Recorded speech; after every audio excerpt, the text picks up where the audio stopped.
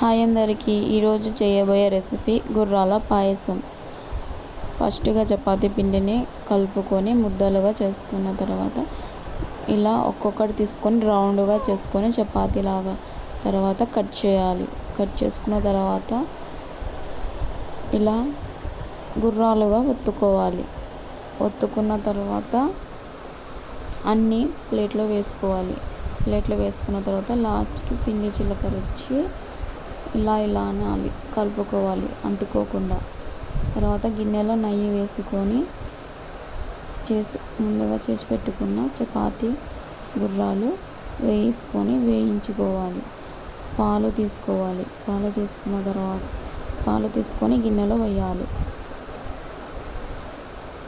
వేసిన తర్వాత బాగా ఉడికించుకోవాలి. ఇలా ఉడికించుకున్న తర్వాత మనం నెయ్యిలో వేయించి పెట్టుకున్న గుర్రాలను వేయాలి. వేసి బాగా మరిగించుకోవాలి. మరిగిన తర్వాత మళ్ళీ పైన కొంచెం నెయ్యి వేయాలి. నెయ్యి వేసి మళ్ళా బాగా ఉడికించుకోవాలి. ఉడికించుకున్న తర్వాత సరిపడా బెల్లం తీసుకొని బెల్లం వేయాలి.